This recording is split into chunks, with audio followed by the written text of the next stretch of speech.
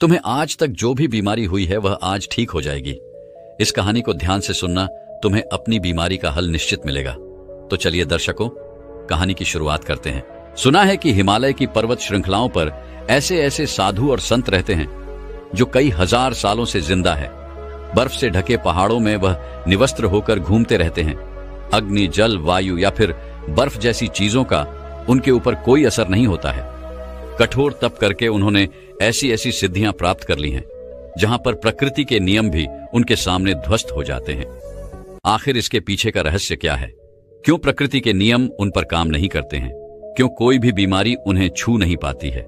आज की इस कहानी के माध्यम से हम उन योगियों की दिनचर्या, उनके खान पान और उनके योग अभ्यास के बारे में जानेंगे जो किसी को भी लंबी उम्र और निरोगी काया प्रदान कर सकती हैं। तो चलिए कहानी शुरू करते हैं। बचपन से ही श्याम सन्यासी प्रवृत्ति का था। जब वह पैदा हुआ था तो पंडित ने भी उसकी कुंडली देख देख कर यही बताया था कि यह बच्चा बड़ा होकर कोई साधु बनेगा। स्वाभाविक रूप से श्याम के माता पिता को यह बात अच्छी नहीं लगी। कौन माता पिता अपने बच्चे को साधु के रूप में देखना चाहता है? इसीलिए उसके माता पिता अक्सर उसे सन्यासियों से दूर रखने की अपनी पूरी कोशिश करते थे।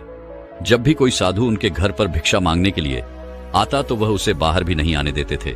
उन्हें ऐसा लगता था कि श्याम कहीं सन्यासी से प्रभावित होकर हमें बिना बताए छोड़कर न चला जाए। लेकिन बाहर से बंदी लगाने से मन कभी कैद हुआ है, क्योंकि मन की प्रवृत्ति ऐसी ही होती है। जिस वस्तु से, जिस विचार से या फिर जिस इंसान से तुम बचना चाहते हो, अनजाने में अवचेतन मन के स्तर पर उसी की ओर तुम आकर्षित हो जाते हो। इसीलिए माता पिता की तमाम बंदिशों के बावजूद श्याम का मन सन्यासियों की तरफ खींचा चला जाता था। एक बार बचपन में जब श्याम अपने माता पिता के साथ हरिद्वार घूमने के लिए, तो उसकी नजर तमाम सन्यासियों पर पड़ी। अपने माता पिता की नजरों से बचकर वह एक सन्यासी के पास पहुंचा। बूढ़े सन्यासी ने जब नासमझ बच्चे के हाथ में फल देखे तो उनके मन में उस बच्चे के प्रति प्रेम और करुणा पैदा होने लगी। वह सन्यासी श्याम को अपने पास बिठाकर उसे खीर, पूरी और हलवा खिलाने लगे। श्याम को भी यह भोजन बहुत स्वादिष्ट लग रहा था। गर्म गर्म पड़िया नारियल और किशमिश वाली खीर, हलवा। इसी बीच श्याम के माता पिता श्याम को ढूंढते हुए उस सन्यासी की कुटिया तक आ पहुंचे। जब श्याम की मां ने श्याम को सन्यासी के पास बैठे हुए देखा तो वह गुस्से से आग बबूला हो गई। उन्होंने यह भी ना सोचा कि सन्यासी तो उस बच्चे से प्रेम वार्तालाप कर रहे हैं। गुस्से में इंसान सही और गलत की समझ खो बैठता है। जब नाश मनोज पर छाता है तो पहले विवेक मर जाता है। श्याम की मां ने उस सन्यासी को खरी खोटी सुनानी शुरू कर दी। आसपास के तमाम लोग सुन रहे थे, उस सन्यासी के शिष्य तक सुन रहे थे। श्याम की मां गुस्से से लाल होकर उस सन्यासी से बोल रही थी कि तू मेरे बच्चे को समझा बुझाकर यहां पर फुसलाकर ले आया है। मेरे बच्चे को लालच देकर फुसलाकर यहां से ले जाना चाहता है। तुझे तो फांसी की सजा होनी चाहिए। तुझे श्याम की मां इस बात से परेशान थी कि उसका बच्चा एक सन्यासी के पास पहुंच गया है। कहीं उसके मन में सन्यासी बनने की इच्छा प्रकट हो गई तो वह क्या करेंगी? अगर पंडित की भविष्यवाणी सच हो गई तो वह अपने बेटे के बिना बिल्कुल अकेली रह जाएगी। आसपास की भीड़ ने श्याम की मां को समझाने की कोशिश की। उनको बताया कि सन्यासी कोई ऐसे वैसे आदमी नहीं है। वो बहुत सालों से यहां पर आश्रम चला रहे हैं। जब श्याम की मां अपने बेटे का हाथ पकड़कर वहां से ले जा रही थी तो सन्यासी ने बड़े प्रेम और करुणा से एक बात कही। उन्होंने कहा कि बहन जी, आपका बच्चा बहुत गुणी है, वही होगा जो लिखा हुआ है। तुम अपने पास वायु को कैद नहीं कर सकते। जो बच्चा लाखों लोगों के राज का दीपक बनकर पैदा हुआ है, उसको तुम सिर्फ एक कमरे को रोशन करने के लिए नहीं रख सकते। यह बात जितनी जल्दी समझ जाओ उतना अच्छा होगा, उतना कम कष्ट होगा। श्याम की मां सन्यासी की बातें समझ रही थी। उन्हें पता था कि सन्यासी किस तरफ इशारा कर रहे हैं। खैर, घटना हो गई। समय अपनी रफ्तार से चलता रहा और अब श्याम बड़ा हो चुका था। उसने कॉलेज में एडमिशन ले लिया था। योग, अध्यात्म और मनोविज्ञान के बारे में पढ़ाई कर रहा था। कॉलेज की तरफ से उसे एक प्रोजेक्ट पूरा करने के लिए मिला। प्रोजेक्ट का टॉपिक यही था कि लंबी उम्र वाले स्वस्थ लोगों की दिनचर्या, उनका खान पान और उनके बारे में पूरी जानकारी इकट्ठी करके लानी है और कॉलेज में जमा करनी है। श्याम उन सन्यासियों की खोज में निकल पड़ा जो कई सालों से स्वस्थ जीवन जी रहे थे। बूढ़े होने के बाद भी उनके शरीर में एक सफलता थी, दृष्टिकोण और बाकी सारी इंद्रियां जिनकी ठीक प्रकार से काम कर रही थी। कई सन्यासी तो उसे ऐसे मिले जो 100 साल को पार कर चुके थे और पूरी तरह से स्वस्थ थे। अब धीरे धीरे अलग अलग सन्यासियों से मिलने में श्याम को बड़ा मजा आने लगा, लेकिन उसके अंदर जीवन के उन रहस्यों को जानने की बहुत इच्छा थी जिनमें आम लोग कोई रुचि नहीं रखते हैं या फिर कोई विश्वास ही नहीं करता है। श्याम ने सोचा कि यही समय है। अगर ऐसे सन्यासी पृथ्वी पर बचते हैं जो 500 से 1000 सालों से जिंदा हैं, तो मुझे उनको खोजने का बहुत बढ़िया मौका मिला है। लेकिन समस्या यह थी कि ऐसे सन्यासियों को खोजा कहां जाए, ऐसे सन्यासी मिलेंगे कहां। तमाम किताबों को पढ़ने के बाद उसने एक निष्कर्ष निकाला। उसे पता चला कि ऐसे सन्यासी अगर मिलेंगे तो वह हिमालय की चोटियों में मिलेंगे, जहां पर आम इंसान जा भी नहीं सकता। लेकिन श्याम ने अपना मन पक्का किया। श्याम ने पूरा संकल्प ले लिया था कि चाहे रास्ता कितना भी कठिन क्यों ना हो, वह हिमालय की उन दुर्गम चोटियों तक, उन गुफाओं तक जरूर पहुंचेगा। और अपने माता पिता को बिना बताए वह हिमालय की उन चोटियों की तरफ निकल पड़ा। युवावस्था के दिन थे, गर्म खून था, किसी चीज का कोई डर नहीं था। और सबसे बड़ी बात, श्याम का भाग्य था जो उसे खींचकर उन योगियों के पास लेकर जा रहा था। उसने उन पहाड़ों को चढ़ने के लिए पूरी तैयारी कर ली थी। सर्दियों के मोटे मोटे कपड़े ले लिए थे, रास्ते के लिए खाना पीना इकट्ठा कर लिया था। जंगली जानवरों से बचने के लिए उसने हथियार भी अपने पास रखा था और अपने साथ वह एक टॉर्च भी लिए था, ताकि कि रात में भी वह जल्द से जल्द यात्रा कर सके, उसकी यात्रा में कोई बाधा न रहे। धीरे धीरे जब वह स्थानीय लोगों से पता करते हुए हिमालय की उन दुर्गम चोटियों तक पहुंचने लगा, तो उसके फोन ने भी काम करना बंद कर दिया। अब उसका दुनिया से कोई संपर्क नहीं था। एक दिन महात्मा बुद्ध प्रातःकालीन उठे ही थे कि द्वार पर उन्हें एक सेठ जी खड़े नजर आए। उन्हें चिंताग्रस्त देख महात्मा बुद्ध ने उनसे समस्या जाननी चाहिए। सेठ जी बोले, महाराज, मेरे पास विशाल संपदा है, भरा पूरा परिवार है और मुझे कोई रोग भी नहीं है, फिर भी मुझे नींद नहीं आती, रात भर करवटें ही बदलता रहता हूँ। महात्मा बुद्ध ने कहा, सेठ, तुम्हारे पास वह नहीं है जो नींद के लिए आवश्यक है। सेठ ने पूछा, वह क्या है महाराज? महात्मा बोले, तुम चारों ओर चिंताओं से घिरे हो, धन संपत्ति की चिंता, व्यापार व्यवसाय की चिंता, परिवार की चिंता, ध्यान रखो की चिंता, चयन में शत्रुता है। सेठ ने इससे बचने का उपाय पूछा तो उन्होंने कहा, तुम प्रकृति से शिक्षा ग्रहण करो। पेड़ पौधे, फूल, पानी और प्रकाश के रूप में उसकी अनंत संपदा चारों ओर बिखरी हुई है, किंतु वह चिंता मुक्त है। अपनी इस दौलत को पूरी दुनिया पर दोनों हाथों से सतत लुटाती रहती है। तुम यदि उससे प्रेरणा लेकर अपना जीवन भी उसके अनुरूप बना लोगे तो तुम्हें न केवल नींद आएगी बल्कि अति शांति महसूस होगी। पहाड़ की चोटी पर एक दिन महात्मा बुद्ध प्रातःकालीन उठे ही थे कि द्वार पर उन्हें एक सेठ जी खड़े नजर आए। उन्हें चिंताग्रस्त देख महात्मा बुद्ध ने उनसे समस्या जाननी चाहिए। सेठ जी बोले, महाराज, मेरे पास विशाल संपदा है, भरा पूरा परिवार है और मुझे कोई रोग भी नहीं है, फिर भी मुझे नींद नहीं आती, रात भर करवटें ही बदलता रहता हूँ। महात्मा बुद्ध ने कहा, सेठ, तुम्हारे पास वह नहीं है जो नींद के लिए आवश्यक है। सेठ ने पूछा, वह क्या है महाराज? महात्मा बोले, तुम चारों ओर चिंताओं से घिरे हो, धन संपत्ति की चिंता, व्यापार व्यवसाय की चिंता, परिवार की चिंता, ध्यान रखो की चिंता, चयन में शत्रुता है। सेठ ने इससे बचने का उपाय पूछा तो उन्होंने कहा, तुम प्रकृति से शिक्षा ग्रहण करो। पेड़ पौधे, फूल, पानी और प्रकाश के रूप में उसकी अनंत संपदा चारों ओर बिखरी हुई है, किंतु वह चिंता मुक्त है। अपनी इस दौलत को पूरी दुनिया पर दोनों हाथों से सतत लुटाती रहती है। तुम यदि उससे प्रेरणा लेकर अपना जीवन भी उसके अनुरूप बना लोगे तो तुम्हें न केवल नींद आएगी बल्कि अति शांति महसूस बेहोश था। नमो बुद्ध। उसके शरीर में बहुत थकान थी। उस सन्यासी ने कुछ पत्तों का एक घोल तैयार किया और फिर श्याम के मुंह में ऊपर से 2 बूंद डाली। अचानक से श्याम उठ खड़ा हुआ। उसकी सारी बेहोशी, सारी थकान एकदम दूर हो गई। होश में आते ही श्याम दोनों हाथ जोड़कर उनको प्रणाम करने लगा। बहुत खुश हो गया। श्याम ने उनसे कहा कि मेरी बड़ी अनुपमा है कि मुझे आप जैसे दिव्य योगियों के दर्शन हुए। मैं आपसे कुछ सवाल पूछना चाहता हूं। आप इतनी बड़ी उम्र तक, इतने सालों तक कैसे जीवित रहते हैं? आपके शरीर में कभी कोई बीमारी क्यों नहीं होती है? अगर आप वह तरीका जानते हैं तो दुनिया को वह तरीका क्यों नहीं बताते? दुनिया में बहुत से लोग बहुत दुखी हैं। लोगों को नाना प्रकार की बीमारियां हो रखी हैं। उम्र से पहले ही वह बूढ़े दिखने लगते हैं, उनकी मृत्यु तक हो जाती है। तो अगर आपको ऐसे तरीके पता हैं तो आप लोगों को क्यों नहीं बताते हैं? इसका कारण बताएं। आप तो योगी हैं, आपको तो दुनिया की मदद करनी चाहिए।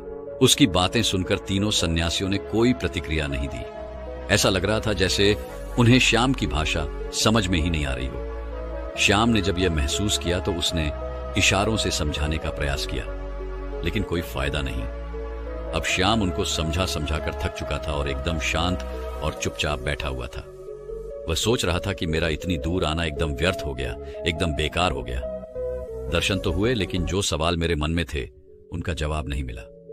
श्याम ने सोचा कि इतना लंबा सफर तय करके आया हूं, कुछ दिन इनके साथ रहता हूं, इनकी दिनचर्या ही देख लेता हूं, शायद उससे कुछ पता चल जाए। और यह सोचकर श्याम वहीं पर रहने लगा। सन्यासी एक दूसरे से बिल्कुल भी बात नहीं करते थे, एकदम मौन रहते थे, चुप रहते थे। किसी एक सन्यासी को दूसरे से अगर कोई काम होता तो वह बिना बोले ही एक दूसरे के मन की बात समझ लिया करते थे। अब श्याम को बेचैनी होने लगी। एक गुफा में चुपचाप बैठे रहना, भला इससे क्या होगा? यह कैसा जीवन है? सन्यासी बैठे हुए सिर्फ योग अभ्यास करते रहते थे, तप करते रहते थे। उनके चेहरे पर, उनकी आंखों में एक गजब का ठहराव था, एक गजब की शांति। जो भी उनके मुखमंडल की आभा को देख ले तो उनकी तरफ आकर्षित रहे बिना रह नहीं पाए। श्याम ने पाया कि सन्यासी खाना बहुत कम खाते थे, और जो भी खाते थे उसे पूरे मन से बनाते थे, पूरे भाव विभोर होकर बनाते थे। सुबह ब्रह्म मुहूर्त में उठना, ठंडे पानी से स्नान करना और फिर सर्दियों की धूप में बर्फ पर बैठकर ध्यान साधना करना, यही उनका काम था। 2 दिन तक उनके अनुसार काम करने के बाद वहां रहकर श्याम उठ चुका था। वह न किसी से बात कर पा रहा था, न अपने मन के सवालों को शांत कर पा रहा था। 3 दिन बाद श्याम ने वहां से जाने का निश्चय किया।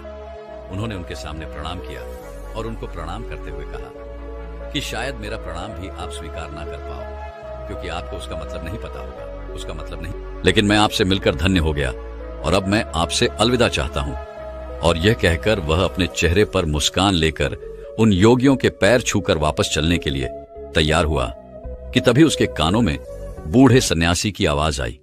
बूढ़े सन्यासी ने कहा कि अपने सवाल का जवाब तो सुनते जाओ श्याम। ये सुनकर आश्चर्यचकित हो गया। वह कुछ बोलना चाह रहा था, लेकिन सन्यासी ने उसे चुप करते हुए कहना शुरू किया कि सबको अपने मन के सवालों के जवाब चाहिए, लेकिन सभी सवालों के जवाब मौन में छिपे हुए हैं। तुमने मौन रहकर बिना कोई सवाल किए हमारी दिनचर्या देखी। अगर मैं तुम्हें वह बताने का प्रयास करता, समझाने का प्रयास करता, तो शायद कोई खास बदलाव नहीं आते। तुम एक कान से सुनते और दूसरे से निकाल देते, और यही तो दुनिया करती है। सचमुच में कौन इच्छुक है? यह ज्ञान पाने का सवाल यहां खड़ा होता है। 2 दिन तक इस दिनचर्या का पालन करने के बाद तुम्हारा मन डूब गया, मतलब तुम भी नहीं चाहते इन सारे तरीकों को जानना। हालांकि तुम्हें पता है कि हमारे इस भोजन, इस दिनचर्या के कारण ही हमारा शरीर हमेशा निरोगी रहता है, हमेशा स्वस्थ रहता है, लेकिन तुम इसका पालन नहीं कर सके। 3 दिन तक भी नहीं कर सके।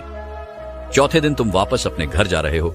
दुनिया में बहुत कम ऐसे लोग होते हैं जो मौन रहकर दूसरों का ज्ञान खुद प्राप्त कर लेते हैं। अगर तुम सिर्फ मौन रहना, चुप रहना सीख जाओ तो तुम दूसरों के सारे ज्ञान को ग्रहण कर सकते हो। बिना उससे पूछे श्याम ने मुस्कुराते हुए हाथ जोड़कर उस सन्यासी से पूछा कि हे गुरु, ये बताने की अनुकंपा करें कि आप कौन सा योग अभ्यास करते हैं? क्या आपकी दिनचर्या है जिससे कि आप इतने सालों से जीवित हैं? आपकी उम्र दिखने में तो कोई 60 से 70 साल की लग रही है, लेकिन लोगों का कहना है कि आप 5000 साल से जिंदा हैं। क्या यह सत्य है? महात्मा सन्यासी ने मुस्कुराते हुए नादान और भोले श्याम के सर पर हाथ फेरा। उन्होंने श्याम को सबसे पहला तरीका बताया। उन्होंने श्याम से पूछा कि हमारे शरीर का सबसे बड़ा भोजन क्या होता है। श्याम सोच में पड़ गया। उसे कोई जवाब नहीं मिला तो सन्यासी ने उसे बताया कि हवा हमारे शरीर के लिए सबसे बड़ा भोजन होता है। हवा हम 24 घंटे खाते रहते हैं और हवा हमारे शरीर के लिए सबसे ज्यादा महत्वपूर्ण होती है। लेकिन आजकल के समय में पूरी हवा प्रदूषित हो चुकी है। इसीलिए जो प्रदूषण से भरी हुई हवा तुम्हारे अंदर जा रही है, वही तुम्हारे शरीर में बीमारियों को जन्म देती है। इसीलिए अगर तुम घर पर ऐसे कमरे में रहते हो जहां पर हवा का आना जाना कम होता है, जैसे कि एयर कंडीशन रूम में होता है, उसमें ताजी हवा का आना जाना नहीं होता, तो तुम्हें अपने कमरे में ऐसे पौधे लगाने चाहिए जो 24 घंटे हवा देते हो। छोटी छोटी बेल तुम किसी बोतल में डालकर अपने कमरे में रख सकते हो, जो तुम्हें 24 घंटे ऑक्सीजन देगी, वह भी एकदम ताजी। और लोग दुनिया में यही भूल करते हैं, जिस सांस को वह ले रहे हैं वह कितनी शुद्ध है, इसका कभी आकलन ही नहीं करते। अगर वह लोग यह कभी सोच पाए तो शायद प्रदूषण से मुक्त दुनिया हो सकती है, हमारी पृथ्वी स्वर्ग हो सकती है। दूसरा होता है हमारा खान पान। अधिकतर लोग ज्यादातर समय खाते ही रहते हैं, लेकिन हमारा शरीर भी एक यंत्र होता है और उस यंत्र को भी काम करने के लिए आराम चाहिए होता है। इसीलिए हर समय खाते नहीं रहना चाहिए। कभी भी पूरा पेट भरकर नहीं खाना चाहिए। हमेशा अपने पेट में एक रोटी की जगह छोड़ देना ताकि तुम्हारा पेट हल्का रह सके, थोड़ा खाली रह सके और सांस लेने में भी कोई परेशानी ना आए। तीसरा तरीका होता है हमारी दिनचर्या। सही तरह की दिनचर्या में तुम्हारा योग अभ्यास, शारीरिक व्यायाम, प्राणायाम, अगर तुम दिनचर्या के रूप में इन्हें कर रहे हो तो तुम्हारे शरीर में कभी भी कोई बीमारी आ ही नहीं सकती। लेकिन हम सिर्फ बहाने ढूंढते हैं। हम कुछ काम करना नहीं चाहते। हमें सारी चीजें बैठे बैठे चाहिए और शरीर को जितना आराम दोगे वह उतना ही खराब, उतना ही बेकार हो जाएगा। इसीलिए शरीर से हमेशा काम लेते रहो। आलस्य पैदा मत होने दो। दिनचर्या, हवा और खान पान, इन तीनों को तुम दुनिया में रहते हुए कैसे सुधार सकते हो, इस पर विचार करना शुरू करो। तभी तुम्हारा जीवन बदलेगा और तभी तुम दूसरे लोगों को भी जागरूक कर पाओगे। लेकिन तुम्हारी बात सुनेंगे? कौन कौन लोग बाजार के स्वादिष्ट व्यंजन छोड़कर प्रकृति से सीधे प्राप्त होने वाली फल, सब्जियां या पत्तियां खाने के इच्छुक हैं? लोग तो वही खाना चाहते हैं जो उनकी इंद्रियों को आराम पहुंचाता है, जो उनको स्वाद देता है। देखने में भी वही देखना चाहते हैं जो उनकी आंखों को अच्छा लगता है, और इसीलिए उनकी इंद्रियां वासनाओं की गुलाम हो जाती हैं और धीरे धीरे वही हमारे दुख का कारण बनती चली जाती है। इसीलिए जिस काम में भी तुम्हें ऊब हो रही हो, उस काम से बचने का प्रयास मत करो। उसी काम को पूरे मजे से करने का अभ्यास करो। फिर तुम्हारी इंद्रियां आजाद हो जाएंगी और उसके बाद तुम्हारा मन भी एकदम खाली हो जाएगा, वह भी एकदम आजाद हो जाएगा। फिर उसके अंदर वह भावनाएं पैदा होंगी जिसे हम समाधि कहते हैं, जो आनंद की चरम सीमा होती है। और यह कहकर शाम के सर पर हाथ रखकर उसे आशीर्वाद देते हुए उन्होंने उसे वहां से रवाना कर दिया। दोस्तों, वही एक और पेट की समस्या के ऊपर कहानी की शुरुआत कुछ इस प्रकार होती है। दोस्तों, आज की इस कहानी में हम सबसे आसान और सबसे असरदार तरीकों के बारे में बात करेंगे जिनसे आप अपने घर पर रहकर बिना किसी दवा के अपना पेट साफ बड़ी आसानी से कर सकते हैं। इसके बाद हम आपको भोजन के 3 नियमों के बारे में भी बताएंगे। इसलिए एक गांव में रामू नाम का व्यक्ति रहता था। वह अपने पेट को लेकर बहुत ही ज्यादा परेशान रहता था। वह एक दिन एक महात्मा के पास जाता है। वह महात्मा आयुर्वेद के बड़े ज्ञानी थे। रामू महात्मा से प्रणाम करता है और कहता है मुनिवर, मैं अपने पेट को लेकर बहुत ज्यादा परेशान हूं। मेरे पेट में दिन प्रतिदिन समस्याएं उत्पन्न होती जा रही हैं। मेरा अच्छे से पेट साफ नहीं हो पाता है। मेरे पेट में बहुत ज्यादा जलन और दर्द होने लगता है। इसके अलावा मुझे मल त्याग करने में भी बहुत ज्यादा तकलीफ है। अगर मैं संक्षेप में कहूं तो मेरे पेट की पाचन क्रिया समय से पहले ही मेरा साथ देना छोड़ रही है मुनिवर, कृपया आप मुझे कोई ऐसा समाधान बताइए जिससे मैं अपना पेट आसानी से साफ कर सकूं और पेट की इन सभी समस्याओं से हमेशा हमेशा के लिए निजात पा सकूं। पहले तो उस महात्मा ने रामू की सभी बातों को ध्यानपूर्वक सुना और फिर कहा, हमारे आयुर्वेद के सिद्धांत के अनुसार जितना समय आपको पेशाब यानी कि टॉयलेट करने में लगता है, उतना ही समय पेट साफ होने में लगना चाहिए, तभी आप स्वस्थ हैं। लेकिन बहुत सारे लोग टॉयलेट में बहुत देर तक बैठे रहते हैं, मोबाइल चलाते रहते हैं, न्यूज़पेपर पढ़ते रहते हैं, लेकिन उसके बावजूद उनका पेट साफ ठीक से नहीं हो पाता और इसी कारण से उनके मन का संतुलन पूरे दिन बिगड़ा रहता है। बेचैनी, घबराहट, किसी काम में मन न लगना, ये सब ठीक से पेट साफ ना होने की वजह से ही होता है। जब भी आप अपनी किसी भी बीमारी का इलाज आयुर्वेदिक पद्धति के अनुसार करवाते हैं तो सबसे पहले आपके पेट की सफाई की जाती है। ये अपने आप में पूरा इलाज नहीं है, लेकिन यह शरीर के सुधार के लिए बुनियादी वातावरण पैदा करता है। कोई भी दवा तभी ठीक प्रकार से काम करेगी जब आपका पेट साफ होगा, वरना तो आप कितनी भी दवाइयां लें, कितना भी इलाज कराएं, कोई फर्क नहीं पड़ने वाला। शरीर हमें संकेत भेजता रहता है कि हमारा पेट साफ ठीक से नहीं हो पा रहा है। जैसे कि पसीने में से दुर्गंध या मुंह में से दुर्गंध, अगर वहां से दुर्गंध आ रही है तो हमें समझ जाना चाहिए कि हमारा पेट ठीक से साफ नहीं हो पा रहा है और हमें इसका हल ढूंढना होगा। ठीक से नींद ना आना, मानसिक समस्याएं, ये सारी चीजें पेट साफ ना होने के कारण ही पैदा होती हैं। फिर रामू ने कहा कि महात्मा, हमें अपना पेट साफ कैसे करना है? महात्मा ने कहा, आज मैं आपको पेट साफ करने के लिए कुछ प्रभावी आयुर्वेदिक जड़ी बूटियों और तरीकों के बारे में बताऊंगा। ये जड़ी बूटियां आपको कब्ज से भी छुटकारा दिलाने में मदद करेंगी। महात्मा की इन्हीं बातों को सुनकर रामू बहुत ज्यादा खुश हो जाता है और कहता है, महात्मा, कृपया आप मुझे उन सभी तरीकों के बारे में जानकारी दो जिससे मैं अपना पेट हमेशा के लिए स्वस्थ और साफ रख सकूं। इसके बाद महात्मा पहला तरीका बताते हुए कहते हैं, सबसे पहले हमें यह समझना चाहिए कि आज के समय में हमारी दिनचर्या और हमारा खान पान पूरी तरह से बदल चुका है और उसी बदलाव की वजह से हमारे शरीर में नाना प्रकार की बीमारियां पैदा होती हैं और हमारा पेट भी ठीक से साफ नहीं हो पाता।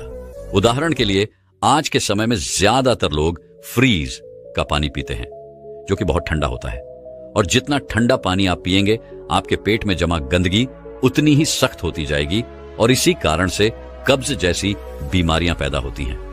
अगर पानी को गर्म करके गुनगुना करके पिया जाए तो पेट की गंदगी बड़ी आसानी से बाहर आ पाएगी। सुबह उठते ही 2 ग्लास गुनगुना पानी करके आराम से घूंट घूंट करके पिए। कुछ लोगों को लग रहा होगा कि घूंट घूंट पानी करके पीने में बहुत समय लगेगा, लेकिन अगर यहां पर समय नहीं लगाएंगे, टॉयलेट में समय लगेगा। यह सबसे आसान और घरेलू नुस्खा है जो सब लोग अपना सकते हैं।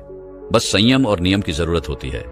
देखिए, ठीक तरह से पानी पीना आपकी बहुत सारी बीमारियों को खत्म कर सकता है। जितना हो सके दिन में ज्यादा से ज्यादा पानी पिए, लेकिन याद रहे, ठंडा पानी पीने की बजाय गर्म करके एक गुनगुना पानी पिए। आजकल बाजार में ऐसी बोतलें भी आती हैं कि जिनमें आप जैसा पानी डालेंगे पानी वैसा ही रहेगा, तो आप ऐसी बोतल ले सकते हैं और पानी गर्म करके गुनगुना करके उस बोतल में डाल सकते हैं, और जब भी आपको जरूरत महसूस हो आप दिन में उस पानी को पी सकते हैं। लेकिन पानी के संबंध में एक बात जरूर याद रखना कि खाना खाते ही पानी नहीं पीना है। इससे आपकी पाचन क्रिया बाधित होती है। हमारे पेट में जठराग्नि जो होती है वह खाने को पचाने का काम करती है, और जब हम खाना खाने के बाद झट से पानी पी लेते हैं तो जठराग्नि नामो निशान हो जाती है और हमारा खाना ठीक से पचा नहीं पाता। इसीलिए खाने के तकरीबन आधे से पौने घंटे तक पानी ना पिए। यह भी पता होना चाहिए कि पानी को किस तरह से पिए। एक तो खड़े होकर पानी ना पिए। खड़े होकर पानी पीने से घुटनों में और जोड़ों में दर्द की समस्या पैदा होती है। पानी को बैठकर घूंट घूंट करके पिए, वहीं पानी सबसे ज्यादा लाभकारी होता है। इसके बाद महात्मा ने रामू को दूसरा तरीका बताते हुए कहते हैं कि खाना खाने के बीच में कम से कम 5 घंटे का अंतर होना चाहिए, जिससे कि जो खाना आपने खाया है वह ठीक से हजम हो सके, उसका पाचन ठीक से हो सके। जब हमारा शरीर पाचन प्रक्रिया कर रहा होता है तब शरीर के बाकी क्रियाएं धीमी रफ्तार पर चलने लगती हैं।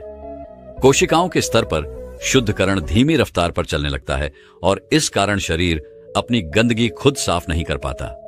लेकिन अगर आप खाने के बीच में कम से कम 5 घंटे का अंतराल देते हैं तो इससे आपके शरीर को पर्याप्त समय मिलता है उसकी कोशिकाएं खुद अपनी गंदगी, अपने शरीर की गंदगी साफ कर सके। पश्चिमी भाषा में हम इसे इंटरमिटेंट फास्टिंग भी बोलते हैं, लेकिन इंटरमिटेंट फास्टिंग में ज्यादा समय तक भूखा रहना पड़ता है। उसको हम अर्ध उपवास भी बोल सकते हैं।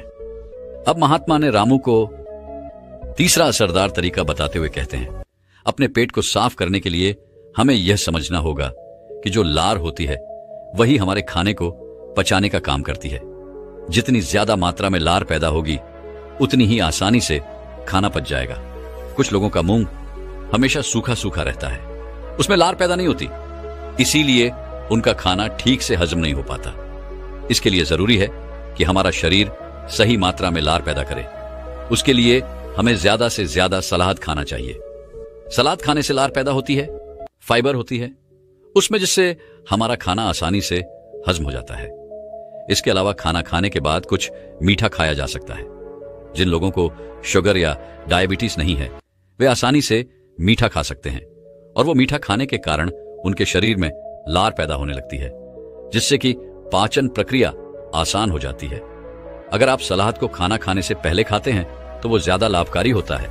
उससे आपकी भूख बढ़ती है और आपके शरीर में लार पैदा होनी शुरू हो जाती है। दोस्तों, मैं उम्मीद करता हूं कि यह कहानी सुनने से आपके जीवन में अच्छे बदलाव आए होंगे।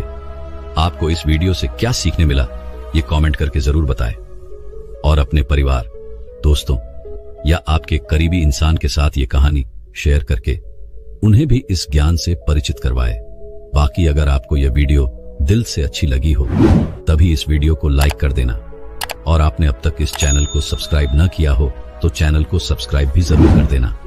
आपका हर दिन शुभ हो और खुशियों से आपका जीवन भरा रहे। धन्यवाद। नमो बुद्धाय।